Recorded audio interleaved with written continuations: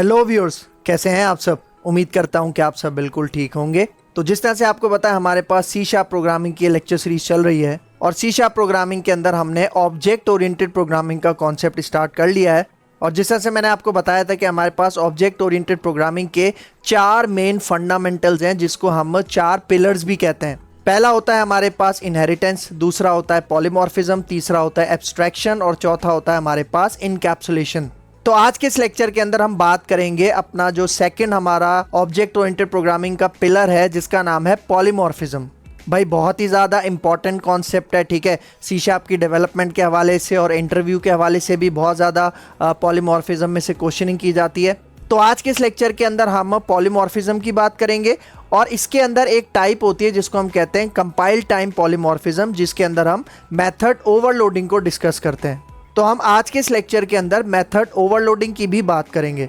तो आपने make sure करना है कि इस वीडियो को एंड तक वॉच करना है ताकि आपको इसका कंप्लीट कॉन्सेप्ट समझ में आ सके। तो वीडियो को स्टार्ट करने से पहले एक छोटी सी रिक्वेस्ट कि अगर आप मेरे चैनल पे फर्स्ट टाइम आए हो और अभी तक आपने मेरा चैनल सब्सक्राइब नहीं किया तो चैनल भी सब्सक्राइब कर लो। इसके साथ साथ बेल का आइकन भी प्रेस कर लो, क्योंकि और भी बहुत सारी वीडियोस इस लेक्चर सीरीज के अंदर मैं लेके आने वाला हूँ। तो मैं हूँ आपका सर मोहम्मद आदिल और अब हम अपना लेक्चर स्टार्ट करते हैं।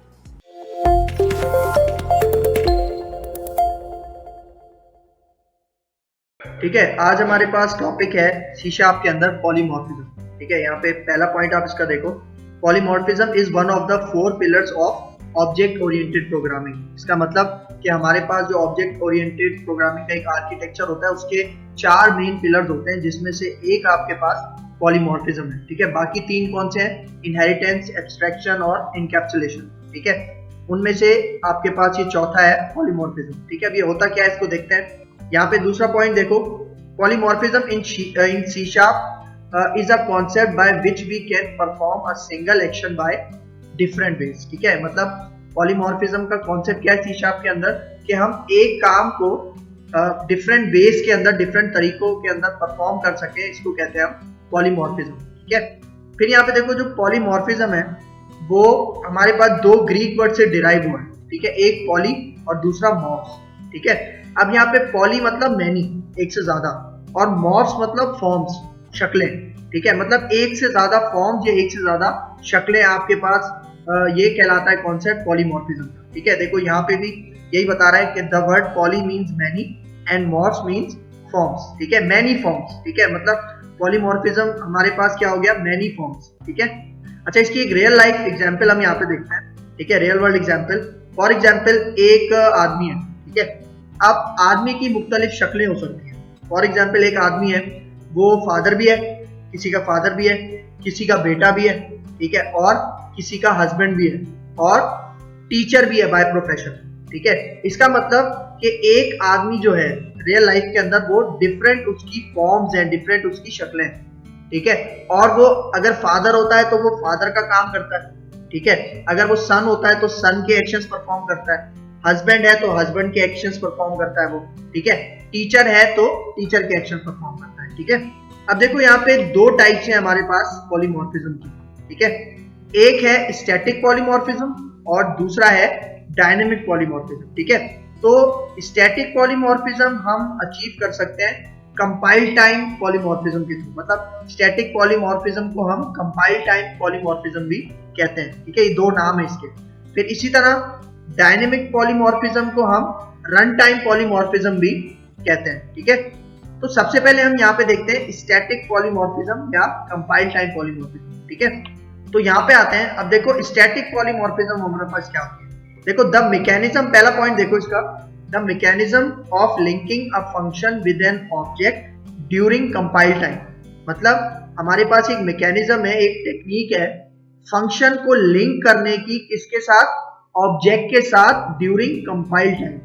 मतलब कंपाइल टाइम पे हम अपने ऑब्जेक्ट को किसी एक फंक्शन के साथ जो लिंक करते हैं, इसको हम कहते हैं स्टैटिक पॉलीमॉर्फिज्म या अर्ली बाइंडिंग। ठीक है, मतलब ये दोनों नाम है इसके। मतलब इस प्रोसेस को हम स्टैटिक पॉलीमॉर्फिज्म भी कहते हैं या अर्ली बाइंडिंग भी कहते हैं। ठीक है, मतलब अर्ली बाइंडिंग क्यों कहते हैं? जो रन होने से पहले बाइंडिंग हो जाए, मतलब एक फंक्शन की बाइंडिंग हो जाए किसके साथ? ऑब्जेक्ट के साथ। अर्ली क्यों कह रहे हैं यहाँ पे? क्योंकि ये प्रोग्राम रन होने से पहले काम होता है। मतलब फंक्शन बाइंड होता है किसके साथ, ऑब्जेक्ट के साथ, इसको कहते हैं अर्ली बाइंडिंग, ठीक है। फिर इसी को स्टैटिक बाइंडिंग भी कहा जाता है, मतलब फिक्स बाइंडिंग, स्टैटिक बाइंडिंग, ठीक है। स्टैटिक मतलब जो चेंज नहीं हो सकती, ठीक है। इसी तरह फिर यहाँ पे देखो C# provides 2 techniques to implement static polymorphism. मतलब अगर हमें स्टैटिक पॉलीमॉर्फिज्म अप्लाई करनी है, मतलब कंपाइल टाइम पॉलीमॉर्फिज्म अप्लाई करनी है, तो हमारे पास 2 तरीके हैं। एक तो है मेथड और फंक्शन ओवरलोडिंग, और दूसरा है ऑपरेटर ओवरलोडिंग, ठीक है। इस लेक्चर में हम सबसे पहले यहाँ पे देखेंगे मेथड और फंक्शन ओवरलोडिंग, ठीक है। तो यहाँ पे मेथड ओवरलोडिंग की मैं आपको थोड़ी सी डेफिनेशन बता दूं क्या होता है ये। पहला पॉइंट देखो, you can have multiple definitions for the same function. इसका मतलब कि आप एक नाम से डिफरेंट फंक्शन बनाते हो, मतलब आपके फंक्शन का नाम एक ही होता है लेकिन आप उसी नाम से एक से ज्यादा फंक्शन बना सकते हो in the same scope. Same scope मतलब एक ही क्लास के अंदर या एक ही ब्लॉक के अंदर, क्योंकि क्लास के जो कर्ली ब्रैकेट होते हैं ओपन और क्लोजिंग, वो भी आपका स्कोप कहलाते हैं, ठीक है। तो एक स्कोप के अंदर आप मल्टीपल फंक्शन बना सकते हो सेम नेम के, ठीक है। ये कॉन्सेप्ट है किसका, मेथड या फंक्शन ओवरलोडिंग का, ठीक है। फिर यहाँ पे देखो, the definition of the function must differ from each other. अब देखो यहाँ पे ये कह रहा है कि फंक्शन की जो डेफिनेशन होनी चाहिए, मतलब नाम तो सेम होगा लेकिन क्या चीज डिफरेंट होनी चाहिए, उसका सिग्नेचर। हम फंक्शन का नाम लिखते हैं, उसके बाद उसके ब्रैकेट्स के अंदर पैरामीटर्स लिखते हैं, उन पैरामीटर्स में डिफरेंस होना चाहिए। फॉर एग्जाम्पल आपने एक फंक्शन बनाया, मतलब आपने 2 फंक्शन बनाए, अब उन दोनों फंक्शन के पैरामीटर्स, फॉर एग्जाम्पल पहले फंक्शन में भी 2 पैरामीटर्स हैं इंटीजर टाइप के, और दूसरे फंक्शन में भी आपके पास 2 पैरामीटर्स हैं इंटीजर टाइप के। ये आप नहीं कर सकते। मतलब अगर पहले फंक्शन में 2 पैरामीटर्स हैं तो दूसरे फंक्शन में 1 पैरामीटर हो या 3 पैरामीटर हो इंटीजर टाइप के, ठीक है। तो ये डिफरेंस होना जरूरी है। मतलब अगर आप एक से ज्यादा फंक्शन बना रहे हो तो सिग्नेचर डिफरेंट होना चाहिए। ये मेथड ओवरलोडिंग का कॉन्सेप्ट है, क्योंकि अगर आप फॉर एग्जाम्पल पैरामीटर्स भी सेम रखोगे और नाम भी सेम रखोगे दोनों फंक्शंस का, तब आपके पास आएगा एरर। फॉर एग्जाम्पल यहाँ पे इसका प्रैक्टिकल वर्क देखते हैं। मैंने यहाँ पे एक मेथड ओवरलोडिंग के नाम से एक नेम स्पेस बनाया। अब ये क्लास है, मैं इसके अंदर कुछ मेथड्स बनाता हूँ, ठीक है। फॉर एग्जाम्पल पब्लिक वॉइड, और यहाँ पे मैं एक मेथड बनाता हूँ, उसका नाम रखता हूँ ऐड, ठीक है। और यहाँ पे अब मैं फॉर एग्जाम्पल अभी इसके अंदर कोई भी मैं फॉर एग्जाम्पल आर्ग्यूमेंट पास नहीं करता, ठीक है। अब अगर ऐड का फंक्शन बनाता हूँ, इसके अंदर मैं 2 पैरामीटर्स वेरिएबल डिक्लेयर करता हूँ, फॉर एग्जाम्पल 20, और यहाँ पे मैं इसको कहता हूँ 30, ठीक है। और यहाँ पे आके एक और वेरिएबल बनाता हूँ C, जिसके अंदर मैं A और B को करवा देता हूँ प्लस, ठीक है। और यहाँ पे मैं C के वेरिएबल को प्रिंट करवा देता हूँ, ठीक है। अब देखो ये मैंने क्या किया, एक फंक्शन डिक्लेयर किया, ठीक है। अगर अब मैं फॉर एग्जाम्पल ये फंक्शन काम क्या करेगा, ये हमें ऐड करवा के देगा जो मैंने दोनों वेरिएबल्स अंदर डिक्लेयर किया ना उनको। अब फॉर एग्जाम्पल मैं इसको कॉपी करूँ, ठीक है, मैं यहाँ पे आता हूँ और इसी को पेस्ट कर देता हूँ। हमने क्या बताया कि एक नेम से एक से ज्यादा फंक्शन हो सकते हैं, ये मेथड ओवरलोडिंग है, ठीक है। लेकिन अभी देखो नाम भी सेम है दोनों का और सिग्नेचर भी सेम है, मतलब वो भी कोई आर्ग्यूमेंट नहीं ले रहा, पैरामीटर नहीं ले रहा, और दूसरा फंक्शन भी कोई पैरामीटर नहीं ले रहा। इसका मतलब यहाँ पे कोई भी डिफरेंस नहीं है। हमने क्या पढ़ा था मेथड ओवरलोडिंग में कि डिफरेंस होना चाहिए उसके सिग्नेचर में, ठीक है। मतलब अभी देखो मैं यहाँ पे बिल्ड करूंगा ना, तो देखना क्या होगा, ठीक है। यहाँ पे आके मैं इसको बिल्ड करता हूँ तो आप यहाँ पे रिजल्ट देखना, ठीक है। ये बिल्ड हो रहा है, ठीक है। अब यहाँ पे देखो एरर पढ़ो, already defines a member called add with same parameter, ठीक है। मतलब आप सेम नाम से तो एक से ज्यादा फंक्शन बना सकते हो लेकिन सेम पैरामीटर्स के थ्रू नहीं, ठीक है। तो फॉर एग्जाम्पल अगर मैं यहाँ पे 2 पैरामीटर्स दे देता हूँ, एक मैं दे देता हूँ इंटीजर और दूसरा मैं यहाँ पे दे देता हूँ इंट बी, ठीक है। तो अब अगर फॉर एग्जाम्पल मैं यहाँ पे आता हूँ, फॉर एग्जाम्पल मैं इसको हटाता हूँ, ठीक है, सही है। इस तरह से मतलब यहाँ पे जो मैंने ए और बी पास किए हैं वो सी के अंदर आके दोनों क्या हो जाएंगे, प्लस हो जाएंगे, ठीक है। और उसी सी को मैं प्रिंट करवाऊंगा। अब देखो यहाँ पे 2 पैरामीटर्स हैं, देख रहे हो यहाँ पे 2 पैरामीटर्स हैं और ऊपर में कोई भी पैरामीटर नहीं, मतलब सिग्नेचर डिफरेंट हो गया। तो अब अगर मैं यहाँ पे आके इसको बिल्ड करूं अपने प्रोजेक्ट में, तो आप देखना, देखो सक्सेसफुली बिल्ड हो गया, सक्सीडेड। ठीक है, इसका मतलब हम ये परफॉर्म कर सकते हैं, मतलब नाम सेम है लेकिन पैरामीटर सिग्नेचर डिफरेंट है।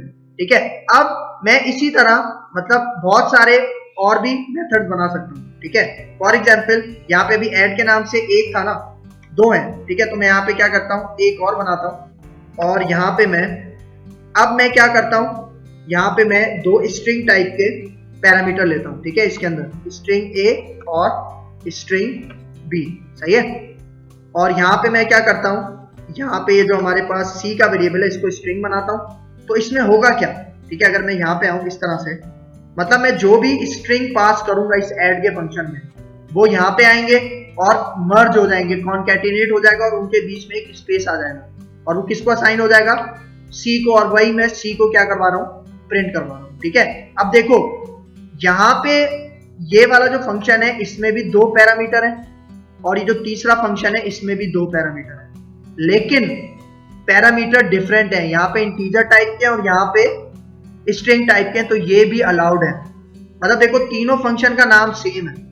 ठीक है, लेकिन जस्ट डिफरेंस क्या है, पैरामीटर्स का सिग्नेचर का डिफरेंस है। ठीक है, तो अगर मैं यहाँ पे आऊं, अब फॉर एग्जांपल मैं एक और यहाँ पे मेथड बनाऊं, ठीक है, और यहाँ पे अब मैं स्ट्रिंग के बजाय मैं कहता हूं फ्लोट। ठीक है, फ्लोट मतलब पॉइंट वैल्यूज। ठीक है, मतलब मैं अब जब ये फंक्शन कॉल करूंगा तो पॉइंट पे वैल्यूज यूजर देगा। ठीक है, तो यहाँ पे आता हूं, अब यहाँ से मैं ये हटा देता हूँ और यहाँ पे अब स्ट्रिंग के बजाय मैं वेरिएबल इसका रख देता हूँ सी, मतलब फ्लोट टाइप का। तो क्या होगा, अब यहाँ पे पॉइंट वैल्यूज प्लस होके सी में आ जाएंगी और वो प्रिंट हो जाएंगी। ठीक है, तो अब यहाँ पे आप रिजल्ट देखो, मैंने कितने फंक्शन बना लिए, 4, लेकिन चारों फंक्शंस की का नाम सेम है लेकिन सिग्नेचर डिफरेंट है। ये आपके पास कॉन्सेप्ट कहलाता है मेथड ओवरलोडिंग या फंक्शन ओवरलोडिंग। अब फॉर एग्जांपल इसको कॉल किस तरह से करेंगे, देखो अभी ये चारों आपके पास इंस्टेंस मेथड्स हैं, याद रखना, क्योंकि इससे पहले मैंने कोई भी स्टैटिक कीवर्ड यूज नहीं किया। तो जब हमें इंस्टेंस मेंबर को कॉल करना होता है तो हम क्या करते हैं, इस क्लास का, जिस क्लास में ये मेंबर है उस क्लास का क्या बनाएंगे, ऑब्जेक्ट बनाएंगे। ठीक है, तो मैं यहाँ पे आता हूँ, इसके अंदर मैं ये नाम है फॉर एग्जांपल, इसका रेफरेंस वेरिएबल पी न्यू और उसके बाद जाके दोबारा। ठीक है, ये बन गया हमारा ऑब्जेक्ट। ठीक है, अब ऑब्जेक्ट का जो रेफरेंस वेरिएबल है पी डॉट, अब यहाँ पे देखो ऐड आपके पास सिर्फ एक आ रहा है क्योंकि नाम एक है, लेकिन अगर मैं यहाँ पे एंटर करूं तो आप यहाँ पे ब्रैकेट ओपन करूं तो आप इंटेलिजेंस देखना, यहाँ पे क्या लिखा है 1 of 4, मतलब 4 है।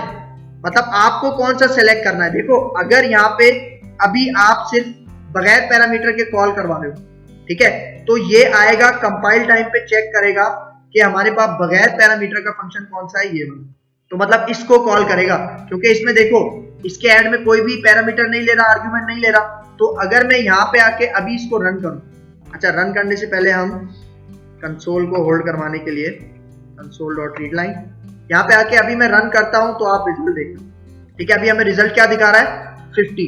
ठीक है, और ये 50 कहां से आ रहा है हमारे पास, ये जो हमारे पास पहला मेथड था। ठीक है, देखो यहाँ पे 20 और 30 को प्लस करवाया हुआ था ना, तो 50 आ रहा है, इसका मतलब रिजल्ट सही आ रहा है। ठीक है, अब फॉर एग्जाम्पल मैं यहाँ पे इसको कमेंट करता हूँ और अब दूसरा इसका ऐड। ठीक है, और यहाँ पे देखो जो दूसरा है, अगर मैं देखो यहाँ पे एरोस नजर आ रहे हैं, आप एरोस को भी मतलब डाउन करके सेकंड पे आ जाओगे, तो अब देखो सेकंड जो है वो क्या मांग रहा है, फ्लोट मांग रहा है, मतलब पॉइंट में अब आपने वैल्यूज देनी है इस ऐड के मेथड में, तो ये आपको पॉइंट में ही वैल्यूज रिटर्न करके देगी। तो फॉर एग्जाम्पल मैं यहाँ पे कहूँ फॉर एग्जाम्पल 2.5 f फिर कॉमा और फिर यहाँ पे दूं फॉर एग्जाम्पल 1.5 और यहाँ पे इस तरह। ठीक है, यहाँ पे भी इसको हम प्रीफिक्स लगा देते हैं f। ठीक है, तो अब अगर मैं यहाँ पे आके इसको रन करूं तो आप रिजल्ट देखना, देखो अगर मैं यहाँ पे रन करूं तो अभी कौन सा फंक्शन कॉल करेगा, ये फंक्शन कॉल करेगा ये वाला, देख रहे हो, ये तो हमने चौथा बनाया क्योंकि इसके अंदर आर्ग्यूमेंट वो क्या ले रहा था, पॉइंट में फ्लोट वैल्यूज ले रहा था। तो यहाँ पे आके अगर अभी रन करूं तो आप रिजल्ट देखना, देखो 4 आ गया, क्योंकि अगर आप 2.5 और 1.5 को प्लस करोगे तो आपको फिक्स रिजल्ट मिलेगा 4। ठीक है, अच्छा ये हो गया फ्लोट का। और इसी तरह का मेथड अब मैंने जो दूसरा यहाँ पे बनाया था for example p dot add, और इसके अंदर अब हम यूज करते हैं, यहाँ पे मैं आता हूँ, देखो 2 हो गया, अब हम आते हैं 3 पे। तो अब देखो 3 में क्या मांग रहा है हमसे, 2, इंटीजर मांग रहा है, मतलब नंबर मांग रहा है। तो मैं यहाँ पे फॉर एग्जाम्पल कहूँ 10 और यहाँ पे कह दूं दूसरा 5, तो अब इसका हमें क्या रिजल्ट मिलना चाहिए 15। और ये कौन सा मेथड कॉल होगा कंपाइल टाइम पे, ये सेकंड वाला, ये वाला कॉल करेगा वो, ठीक है। मतलब एक ही नाम है, लेकिन फंक्शन के एक ही नाम है और डिफरेंट फॉर्म्स हैं, देख रहे हो, यही इसका कॉन्सेप्ट है। तो यहाँ पे आके अभी रन करूं तो आप देखो उसने ऐड किया और सेकंड वाला जो हमारा मेथड था उसको इसने कॉल किया, ठीक है। तो यहाँ पे मैं आता हूं, अब सबसे लास्ट रह गया हमारे पास, ठीक है, p.add, ठीक है, और यहाँ पे ब्रैकेट ओपन करूंगा। अब चौथा हमारे पास था स्ट्रिंग के लिए, मतलब दो स्ट्रिंग को ऐड करवा के मर्ज करवा के दिखाएगा। तो यहाँ पे मैं पहले स्ट्रिंग में फॉर एग्जांपल अपना नाम आदिल, ठीक है, और यहाँ पे मैं दे देता हूँ लास्ट नेम, और यहाँ पे आके अब मैं इसको रन करता हूँ, देखो एरर कोई भी नहीं है। तो यहाँ पे आके अब रन करूंगा तो ये कौन सा मेथड चलाएगा, स्ट्रिंग, जिसके अंदर हमने पैरामीटर स्ट्रिंग दिया था, ठीक है। तो ये सारा कुछ किस में डिसाइड हो रहा है, कंपाइल टाइम पे डिसाइड हो रहा है, ठीक है। अच्छा, फिर यहाँ पे एक और पॉइंट है, you can not overload function declaration that differ only by return type. Return type हम किसे कहते हैं, ये जो हम लगाते हैं ना, वॉइड, इंटीजर, स्ट्रिंग, ये होती है रिटर्न टाइप। फॉर एग्जांपल मैं यहाँ पे काम करता हूँ, ये जो है ना, ठीक है, फॉर एग्जांपल इस मेथड को मैं यहाँ पे कमेंट करता हूँ, ठीक है, कंट्रोल के कंट्रोल सी, ठीक है, और यहाँ पे इसी मेथड को मैं, ये जो दो और मेथड मैंने बनाए थे इसको मैं करता हूँ कमेंट कंट्रोल के कंट्रोल सी, ठीक है। और अब यहाँ पे ये वाला जो मेथड है जो कि इंटीजर्स को ऐड करवा रहा था, मैं इसकी एक और कॉपी बनाता हूँ, ठीक है, एक और कॉपी बनाई, और यहाँ पे अब डिफरेंस के तौर पे मैं क्या करता हूँ, यहाँ पे वॉइड था, इसको मैं कर देता हूँ इंटीजर, ठीक है, इंटीजर कर दिया। तो जब भी हम रिटर्न टाइप देते हैं तो हम क्या करवाते हैं, रिटर्न का कीवर्ड भी यूज करते हैं। तो मैं क्या करता हूँ, यहाँ पे प्रिंट करवाने के बजाय रिटर्न करवा देता हूँ सी को, सही है। यहाँ पे देखो अभी एरर चला गया क्योंकि रिटर्न की स्टेटमेंट की वजह से वो एरर आ रहा था, लेकिन अभी अगर मैं इसको बिल्ड करूँ ना तो आप रिजल्ट देखो, मैं यहाँ पे बिल्ड करता हूँ तो देखो अब एरर पढ़ो, already defines a member called add with the same parameter. मतलब यहाँ पे वो हमने तो चेंज किया हुआ है ना रिटर्न टाइप, लेकिन वो रिटर्न टाइप को काफी नहीं मान रहा, क्योंकि हमारा सिग्नेचर यहाँ से शुरू होता है, ब्रैकेट के अंदर की बात करता है वो सिग्नेचर की। तो ये डिफरेंस होना चाहिए, लेकिन ये डिफरेंट नहीं है। यहाँ पे भी इंट ए इंट बी है, ऊपर भी इंट ए इंट बी है। मतलब ये जो वॉइड और ये जो मतलब रिटर्न टाइप है ना, ये सिग्नेचर में नहीं आती। सिग्नेचर कहां से स्टार्ट होता है, ये जो आपका ब्रैकेट है इसके अंदर जो भी होगा वो सिग्नेचर कहलाएगा, ठीक है। तो ये कह रहा है कि सिर्फ रिटर्न टाइप चेंज करने से आपका मेथड दूसरे मेथड से डिफरेंट नहीं होगा, सही है। तो यही पॉइंट ये यहाँ पे बता रहा है। तो भाई ये था आज का हमारा topic, polymorphism and method overloading in C sharp programming.